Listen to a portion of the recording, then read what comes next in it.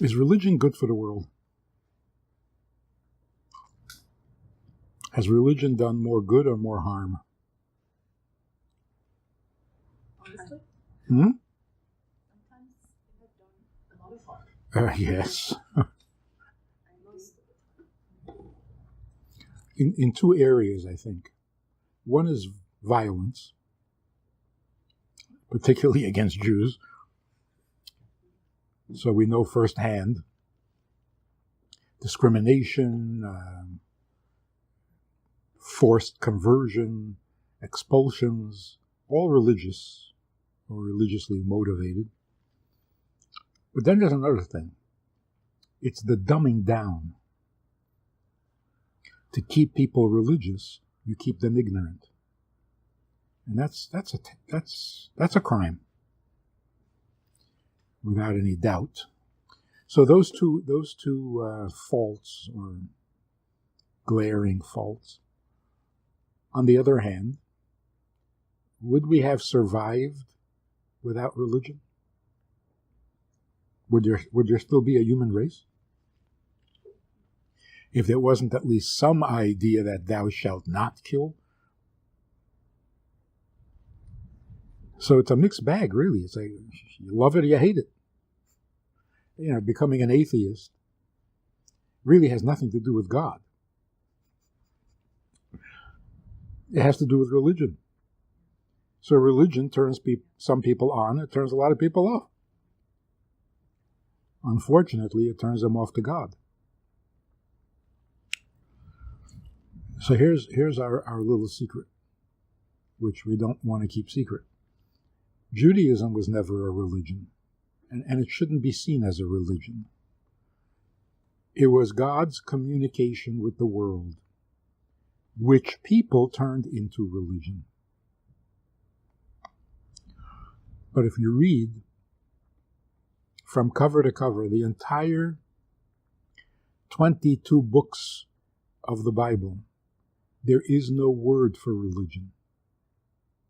There's no such word. You either love God, fear God, or hate God. I mean, that's it. If you love God, you're good. If you hate Him, you're bad. There is no word for religion. Modern Hebrew has a word for it. But in biblical Hebrew, there is no such word. So the Jews who gathered at Mount Sinai after coming out of Egypt, who received the 10 Commandments, did they become religious? No. That came much later. So you see Jews practicing Jewish law, they're not being religious. It's not a religion, or at least it shouldn't be. Unfortunately, after thousands of years of exposure to other religions, we got stuck with the label. So Judaism is your religion. Well, no, it's just who we are. Okay, so that's your religion. No, well, okay, fine. Can't argue. We're stuck with that word, but. And one of the differences, I think significant, religion has, for all practical purposes, aside from the theology, which, every theology sounds wonderful, but for all practical purposes, religion has become the access to heaven.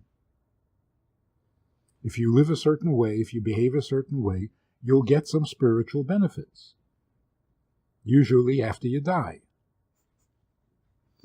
That has become religion. So getting to heaven is kind of the center of attraction, the central attraction to being religious. You want to be saved from hell. You want to go to heaven. You want to have a good seat and be among the saints when they come marching in. But Judaism has a completely opposite objective. We don't want to go to heaven. Thank you very much. Much rather stay right here. Because Judaism is about bringing God down to earth, not bringing people to heaven. That's so different. it changes everything. First of all, it's not about us. It's not where I'm going to end up. It's not what's going to happen to me. And it's not what I can become. It's what I can do for him. Because he is not excited about being in heaven, which is really a good reason for us not to be excited either. If he wants to be on earth, why are you going to heaven? So it's really about serving God's purpose. God created the world for it to be holier than heaven. Because first he created heaven and was not content, and continued to create earth, which means there's something about earth more interesting than heaven to him. So that's what the Bible really is all about. So having God come and help you and save you and protect you and bless you, and it's beside the point. God is not our personal valet. He's not there to help me, because he was there first. He's older than me. So we are here to serve him. Well, that first of all makes life on earth much more interesting. There is no better place. We don't want to go to a better place, because this is where all the action is. Secondly, God is more real and God is more present in your life if your whole life is serving him. The biggest question in life is, what can I do for him? What does he need? You want to get theological about it.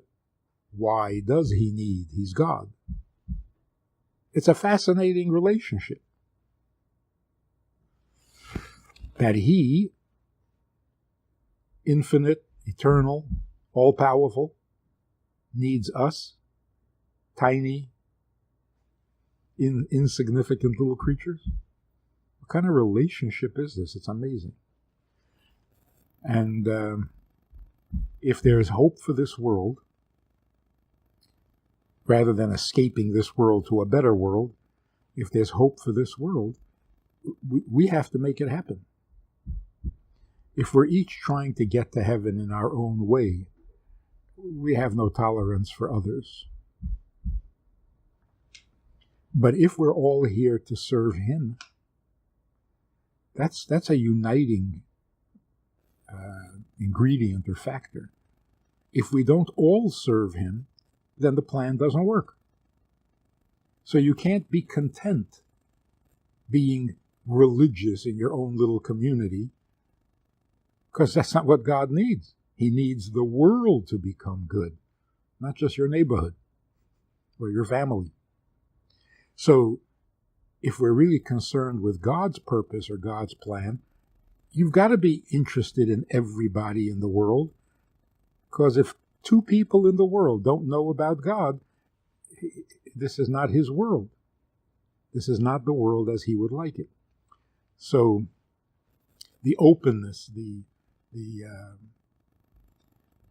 honesty, or the interest in having you come and ask and look and be invited into a circumcision. We have a circumcision? No? Can we arrange one?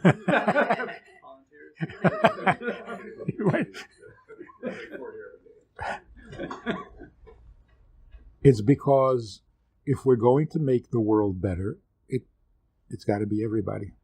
Everybody. Because no one was created for nothing. Every human being is essential to the plan. But everybody's got to do their share. Otherwise, plan is not working. So that common purpose, that common mission that we all have, is really a very strong uniting factor. And like you say, it doesn't mean that we're all the same. On the contrary, no 2 people are exactly the same. Otherwise, they'd be redundant. I once read this article on business. This big businessman says, I don't hire people who agree with me. Makes me nervous. Because one of us isn't necessary.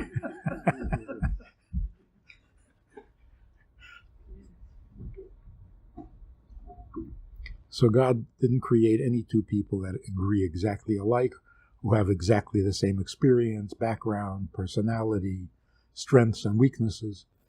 So when each of us serves God, it's a unique relationship, because there's no one quite like you.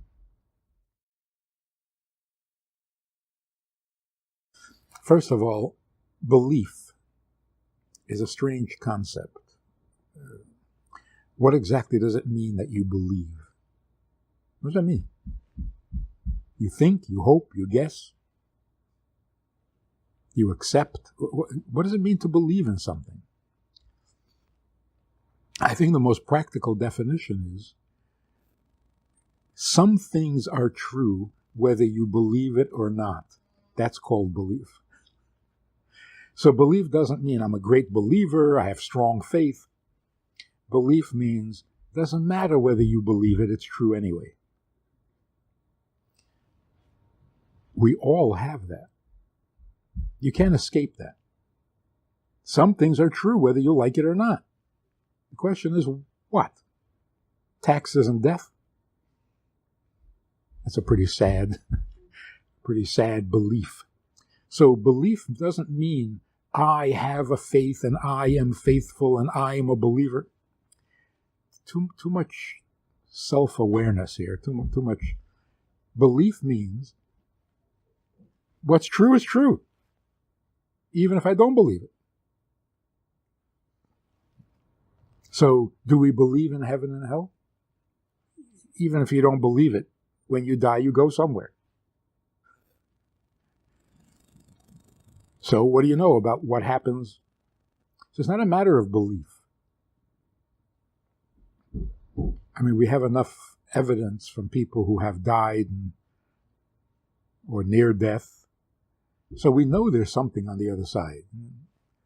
Who wouldn't be curious to find out more about it? So yes, we've always believed in heaven and hell. But no, we haven't emphasized it because that should not be your motivation. If you're good, you go to heaven. If you're bad, you go to hell. Well, if you treat your parents nicely, they love you. If you don't, they hate you. I mean, like, come on. Where's the mystery here? So here's a fascinating way of looking at heaven and hell. What survives death is your soul, because your body dies. So what survives is your soul, which contains all the memories, experiences, feelings, personality, character. It's all the soul. The body is just a body. So when you survive 80 or 90 years in a body and suddenly you're not a body anymore, that adjustment can be very painful for the soul. It's embarrassing. It's a soul now, but it still feels like a body.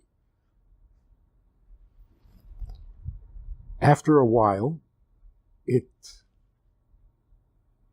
forgets or detaches from its experience in the body, and now it's just a pure soul again. But that adjustment is hell. So it's not like God created a place and stokes the fires and demons with pitchforks. There's just a soul. You can't stab a soul, you can't burn a soul. But a soul can be very sensitive and embarrassed by its own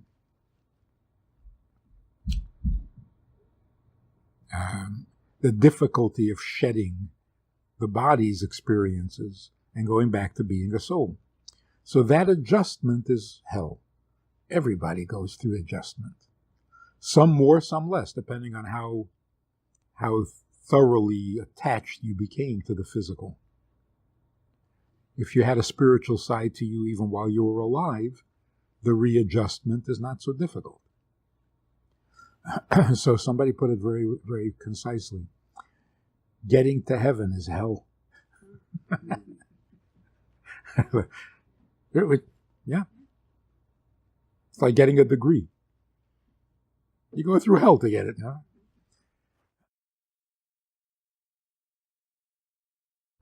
The entire revelation at Sinai was about God. And it's called revelation because what was revealed was him. Who is he? What does he want? Why did he create the world? How can we serve him? That's the Bible. When we turn it into a religion and it becomes, so how do I become a saint? Am I going to go to heaven? You're missing the point.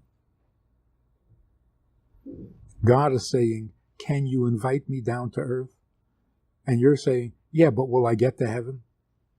You're not communicating. So I think the idea is that stop going to heaven. Settle down. This is the place. Here's where we serve God. Look into the Bible. What does it say? How to serve him. That's all it says. For the Jews, there are 613 commandments. He showed us 10. They looked good.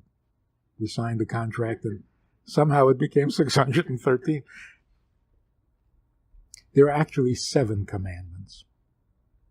6 were given to Adam and Eve, and the 7th was added after the flood to Noah. Those 7 commandments make a person righteous in God's eyes because it serves God's purpose. And those are universal. Whatever else you want to do to serve God, like pray 5 times a day, 3 times a day, once a week, or whatever, fine. People are different. They have different spiritual appetites. But those 7 commandments, if you do them, you're good. And if you don't do them, do them. So how do we serve God? The things that we assume or claim to be our own ideas, like thou shalt not kill, murder. Oh yeah, sure. Yeah, I know that. No, you don't know that. It's his need that we not kill each other. So even if you have a good reason to kill somebody, there are good reasons. But he doesn't want it. Don't steal. Don't commit adultery. Don't be cruel to animals. Don't worship false gods. These are his needs, not yours. So I had the student say, I don't need God to tell me what's right or wrong. I know what's right and wrong. I said, really? Like, give me an example. What's wrong? He says, murder. I said, did you come up with that yourself? Is that an original idea? 3,000 years ago, if you said that, I would be very impressed. But when the 10 Commandments have been around for 3,000 years, I think you may have heard that somewhere. So why are you claiming it as your idea? That's just a matter of honesty. But more than that, claiming it as our idea makes it a social law, not a divine law. And that's not good. Social laws are made by societies. There are societies that make very bad laws. So it can't be a social, human agreement. Let's get together and agree not to kill each other. Okay. This week? Next week? For how long? For how long won't we kill each other? So if it's human, it's subject to change. If it's divine, it's a whole different thing. So even the most common moral principles that we have are his idea. This is what he needs from us, including, this is a little surprising, honor your father and mother. Now you need to do that. There are plenty of human reasons, like the will. You want to be in the will? Honor your parents. But when God says, honor your parents, he's telling you that he needs it. He needs it more than you need it. So if you're studying religion or theology, here's the main point that we need to figure out or explain. We are not the needy party. That's selfish, it's self-centered, it's narcissistic. We have needs, God better provide. No. Since we didn't create the world, we are not the needy ones. He is needy. We're just guests in the world that he needs. That's a pretty dramatic change from conventional thinking. God needs us more than we need him. When did we lose sight of that? When did we become the center of the universe? And I know there are quotes in the Bible that make it sound like he is here for us. He is. But that's because he's really nice. That's not why he created the world. So we really need to be serving him, not demanding more service from him. And this may not make any sense, but it's true anyway. And intuitively, it sounds right. It can't be that we are the center. He creates us with a bunch of needs and then promises to take care of our needs if we behave a certain way. What kind of deal is that? It's cruel.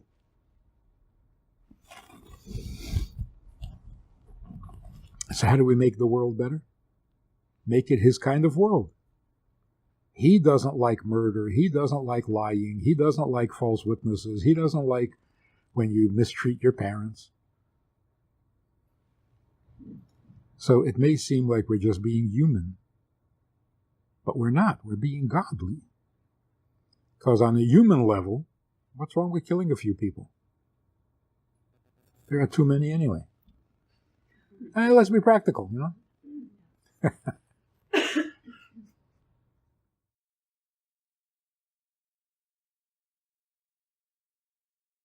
Yes, it is. For a simple reason. If we're going to be in a relationship, and it is a relationship, so that even the word commandment is an inappropriate translation. Because in a relationship, you don't have commandments. Like, what are the commandments of marriage? You don't get to have commandments. Or it's not a relationship, or it's a dictatorship or whatever. Since we are in a relationship, we have a choice. Either we take the feminine position and give him the masculine, or we take the masculine and give him the feminine. It would be really dangerous if we take the masculine. In fact, there were religions that had a female god. They didn't last long. They became so violent. So much better, he should be the masculine, the aggressor, the mover and the shaker. We'll be the she. A much better deal. And obviously, God is not a he and he's not a she. So,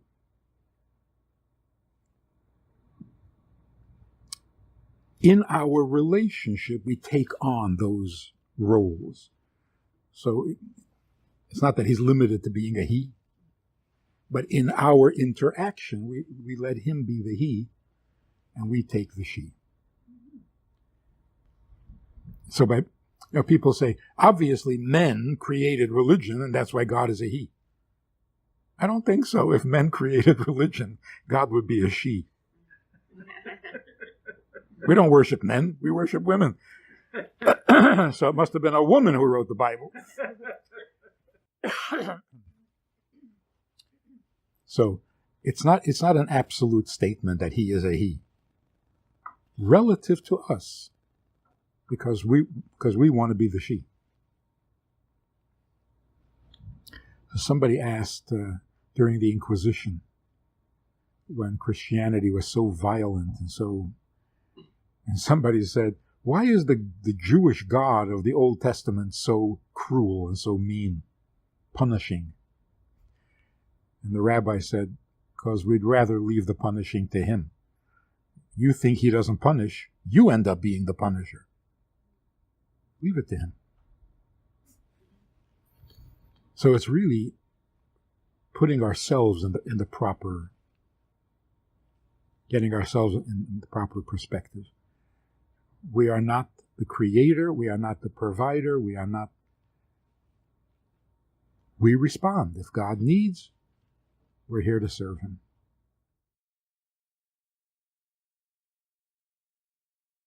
In Judaism, part of what the Bible is telling us, the Jews question God and complain. It makes it sound like we're just an impossible, whiny, rebellious people.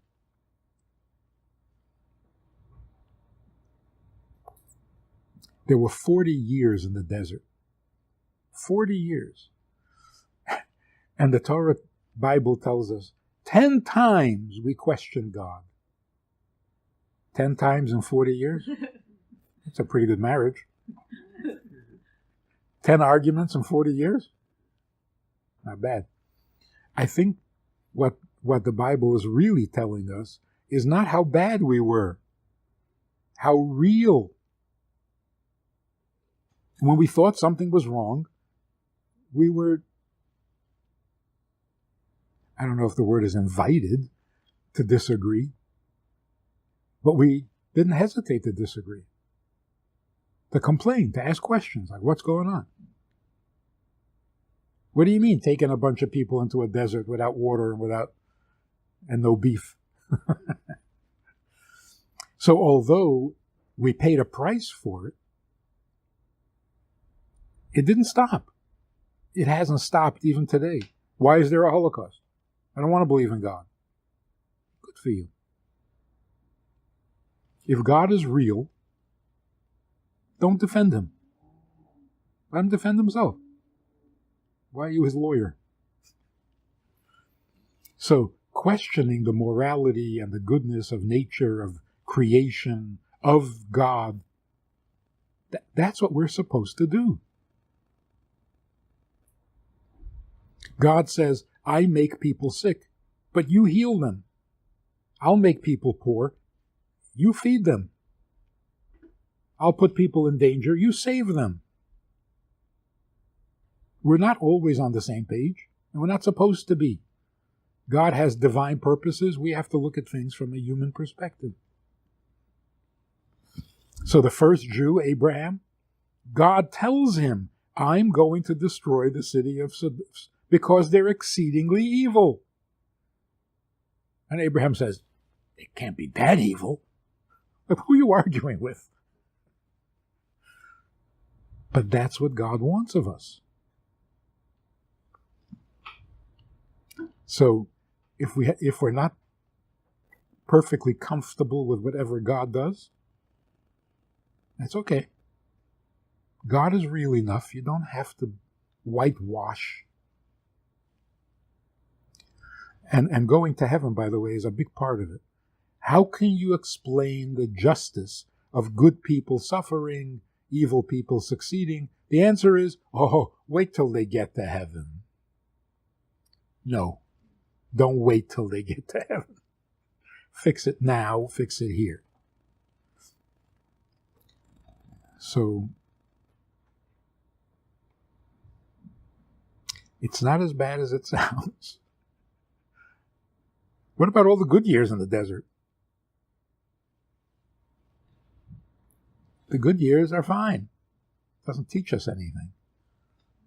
But the way to question God and demand that goodness be visible, not mysterious, and not wait till you get to heaven, that's our job. To make this world godly, not exchange it for a better world. And that's why the belief in the Messiah. The belief in Mashiach simply means we will succeed. The world will become better. Not miraculously, not magically, humanly, through human effort. Because then the world has become better. If God just magically makes it better, we could have started off that way.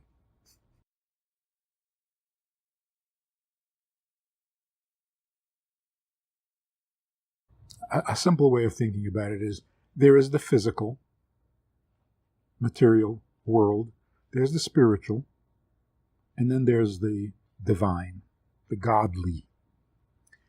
The physical and the spiritual are all creations.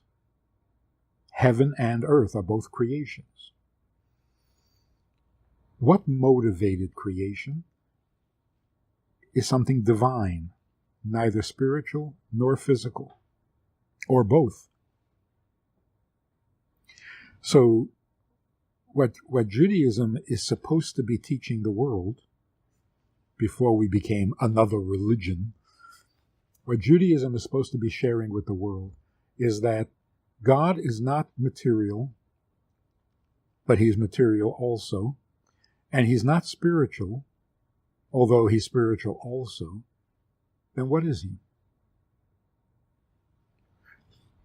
He's a bigger reality than both. So what we're here for is not to just live a physical existence and not to become spiritual, because that's still selfish. You can have spiritual gluttony or spiritual greed. We're here for godly purpose. Godly means his needs. They're just him. It's neither physical nor spiritual. It's him. So the real issue is, what is he all about? And he tries to reveal himself if we would just listen. So when God says, don't be cruel to animals, and we think, will that get me to heaven? God says, I don't think you heard me. Don't be cruel to animals. I need you to do that. And you say, right, and then we'll get to heaven, right? Don't keep doing that. No, believe in one God and do not worship idols. Wow, that's deep theology. And God says, I can't even spell theology. Stop it. Don't have other gods. I'm jealous. And we say, you're not jealous. You're God. Grow up. You can't be jealous. No. If he says he's jealous, he's jealous. But I mean, he can't be. He's God. So that's, I think, part of the objection to the Trinity. What is God not capable of something and he needs? God can't be in heaven and on earth at the same time. What's the problem? So he needs somebody to represent him on earth. He's present on earth. He's everywhere. Does he need humans to catch up and understand what he's talking about? Yes. So does he need teachers? Yes. Prophets? Yes. But their job is not to believe in him. Their job is to make him present, understandable, knowable. That's what the Bible is all about. How we got it so twisted to, this is our ticket to heaven. Come on, stop it.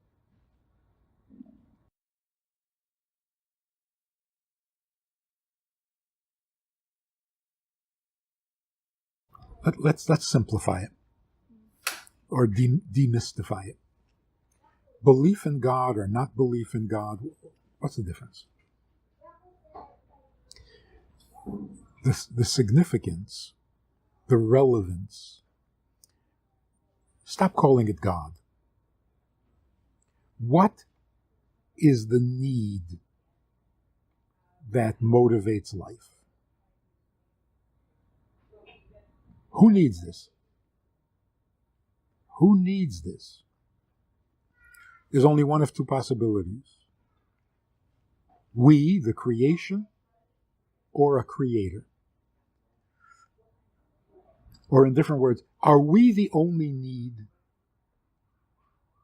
Or is there another need? Believing in God means there is a divine need in addition to your need. Now you have a choice.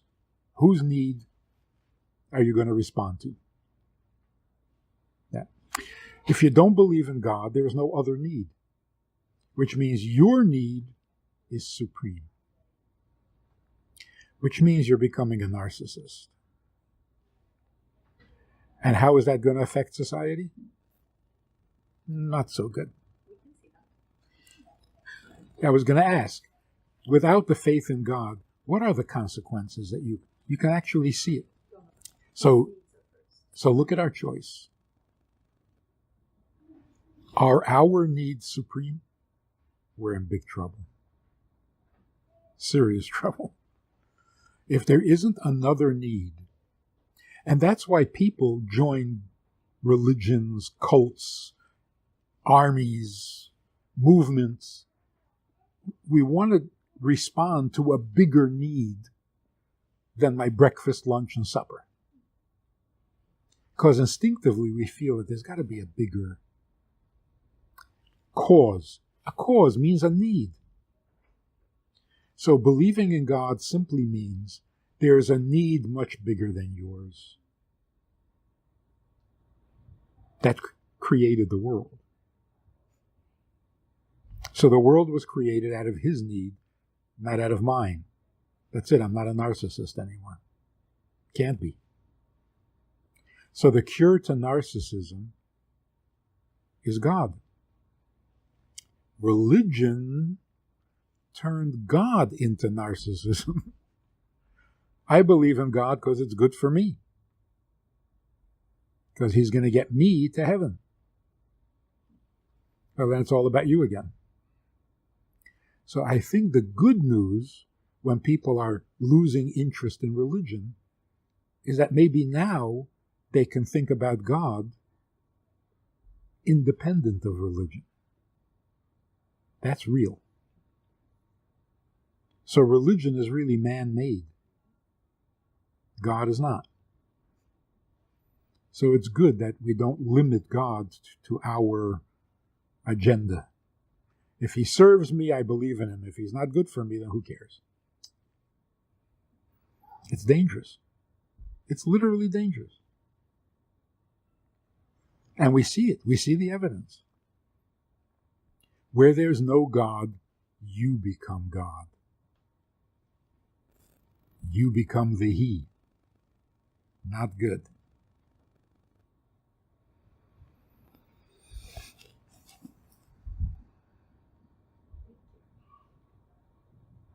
So when you say, God, I believe in God, but he doesn't need anything.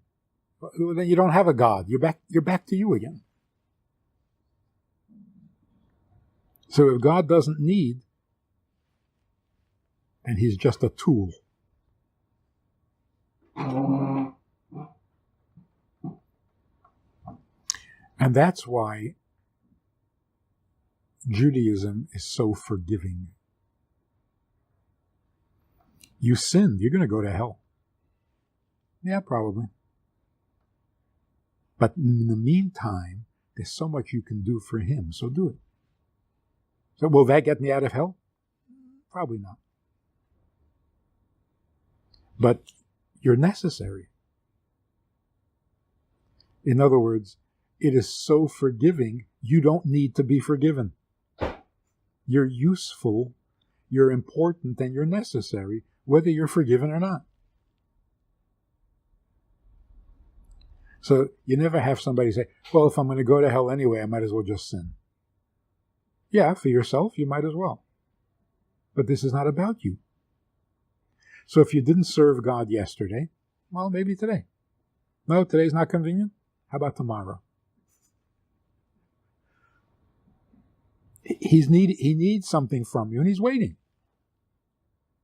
If you could do it today, it would be good. If not, okay, so do it tomorrow. But the notion that if you sin, you're damned and it's all over, that's not forgiving.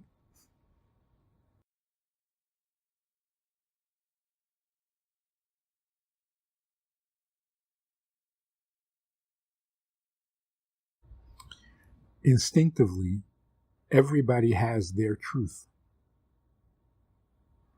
So identify what you consider true, and rethink it. But all science begins with an axiom. You got to start with something that just is. Then you try to understand it and explain it, whatever. But if you can't start with something that you know for sure, then there is no wisdom, there's no learning, there's nothing. So science has its God, nature. Nature is what it is. Let's try to understand it. That's science. So what is the God of science? The universe. The universe is. If you start, well, maybe it's not. Oh, now you're a philosopher. That's not science anymore. Now you're being philosophical. Science says the world is real. Let's try to understand it. Judaism says whoever created the world is even more real. Because the world once wasn't. Even science agrees with that. So if it once wasn't, how real is it? God always was. It's really not that complicated. Keep it simple. Because truth is always simple. There is a creation. Who's the creator? I don't believe there's a creator. Don't be ridiculous, okay? Well, how do you know? Can you prove you never saw? Stop it. If there's a creation, there's a creator. Now figure out who he is. Or what he is. But to say I don't believe? What do you don't believe?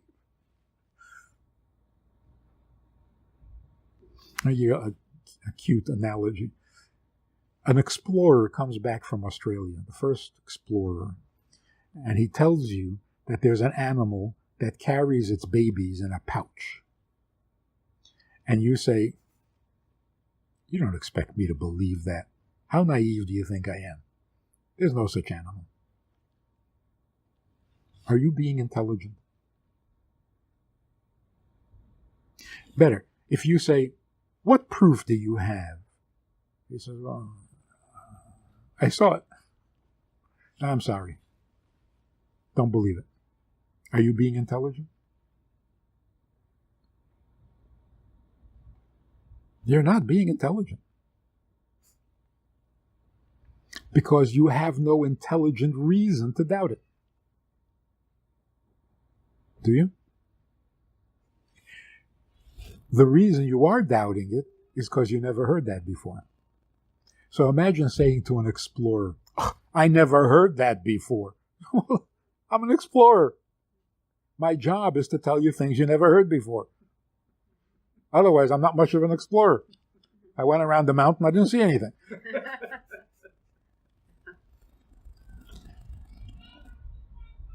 I never heard of such a thing. Yeah, you just did. That's how you learn. So the objection, I never heard such a thing, I never saw such a thing. What kind of objection is that? So if I tell you that God gave the 10 Commandments at Mount Sinai on the 6th day of the Hebrew month of Sivan, and you say, oh no, what is your problem? What's your problem? Were you there and know for a fact that nothing happened? God created the world in 6 days. Oh, where's the evidence? Why do I need evidence? Do I have a problem with that? Nah, creating the world's got to take at least 2 weeks. Come on, what is your problem? The question really is, if you're being intelligent, and a guy comes from Australia and says there's an animal that carries its babies in a pocket, the intelligent question is, how does it give birth? Does it lay eggs? Is it a mammal? Is it what is it? Tell me more. What does it eat? Wouldn't that be an intelligent question? So somebody says God created the world in 6 days. I don't believe that. What do you mean you don't believe that? You haven't even asked an intelligent question yet. What would an intelligent question be? What's God? What do you mean by God?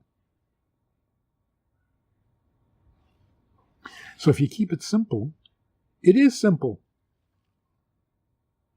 This thing about, I choose to believe, I choose not to believe, that's a mind game. If there is an animal that carries its babies in its pouch, I don't care what you believe or don't believe. There is a kangaroo. Unfortunately, we're taught, literally told, at universities and high schools, doubting is a sign of intelligence. It's not. It's not. It's a sign of insecurity. You're so afraid to be wrong. What? People lied to you? How did you develop this phobia? You're so afraid to be wrong. Why? Because you were told there was a tooth fairy and it turns out there isn't, and you're not going to let that happen again? So, intelligently, when you hear something you've never heard before, you know nothing of, do you accept it and celebrate it as new information until proven wrong? Or do you doubt it until proven true? What's the intelligent way to go? If we doubt everything we hear until proven, we would still be living in caves. We would be living in caves if we couldn't learn anything that we didn't already know. Like, for example, a 6-year-old. You tell a 6-year-old something and the 6-year-old says, "Oh no, I never heard that." Never. In all your 6 years, you never, and anything you haven't heard in your first 6 years cannot be true. Come on, that is not intelligent.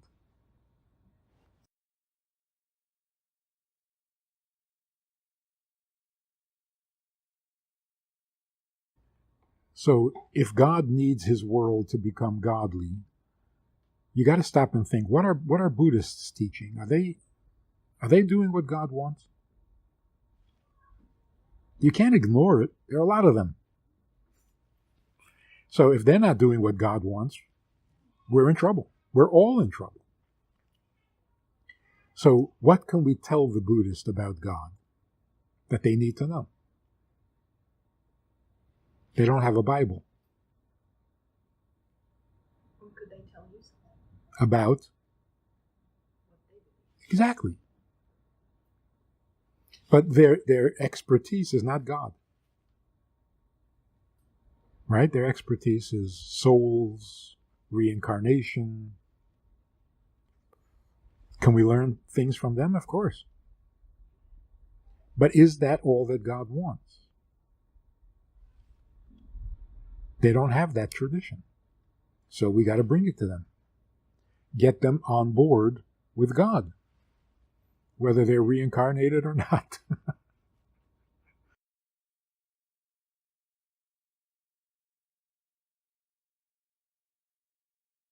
We would love to influence the world, but not if you're going to shoot at me. So for most of our history, we couldn't offer anything because we would. But today, the world is fascinated by Judaism. Not to convert, just to know what God wants. So the reason we're not, the reason, we would knock on doors, but not to convert you. You don't have to be Jewish, on the contrary. If what God wants is really true, then it's true of everybody without conversion. The compassion. If you have compassion for your fellow man, you want them to learn the truths that you hold dear. Or the truths that they need to know, which is even better. What I hold dear, that's my problem. But what you need to know, and I have that information, I'm obligated to tell you. So we would love to be the teachers of the world and share with the world what happened at Mount Sinai. Make everybody Jewish? Not necessary. In fact, God doesn't want everybody Jewish. That would be redundant.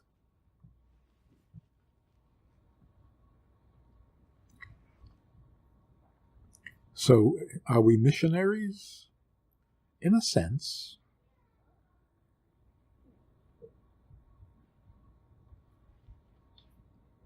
But more in the sense of a teacher than an exclusive religion.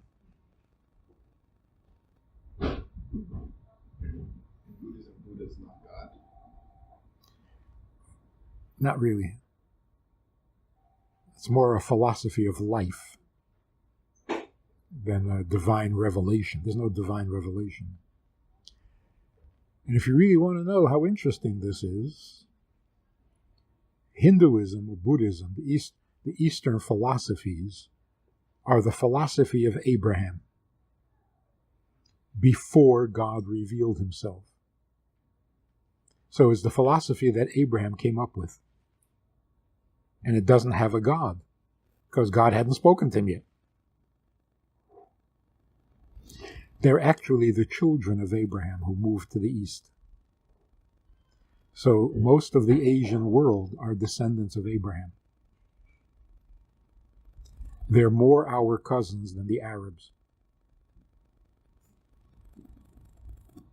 Or half-brother or whatever. Brahman is Ibrahim. So the source of that philosophy is Ibrahim. But it's before God revealed his side of the story. Like everybody knows there was a flood. What does the Bible tell us? God's side of the story. You know the story, but you never heard it from God's perspective. So you know there are souls, you know that they come, you know that they go, you know that they're sometimes recycled or reincarnated. But why? Well, that's what we need to add. That's all you need to do. I think if we make God more central and less of a valet butler position, everything will fall into place by itself. So yes, we disagree with a lot of things. Celibacy. Not into that. For anybody, not a good idea. Just not a good idea. And there's no source for it in the Bible. So eternal damnation, what kind of sick idea is that? Eternal damnation means evil is eternal? How are we allowed to believe that? Right? Multiple deities? Come on. But rather than focus on what they're doing wrong, focus on what is right, and when they get into serving God properly, everything will straighten itself out. So rather than go to holy war and have jihads and just share the truth. Criticizing and condemning doesn't get you anywhere. Is anyone beyond the pale? Is anyone not redeemable or reachable? I think the biggest fanatics would be the best if they just find out what's true. They're devoted, they're passionate, they're dangerous. Imagine if they were that passionate about the right thing. They would be the best of the best.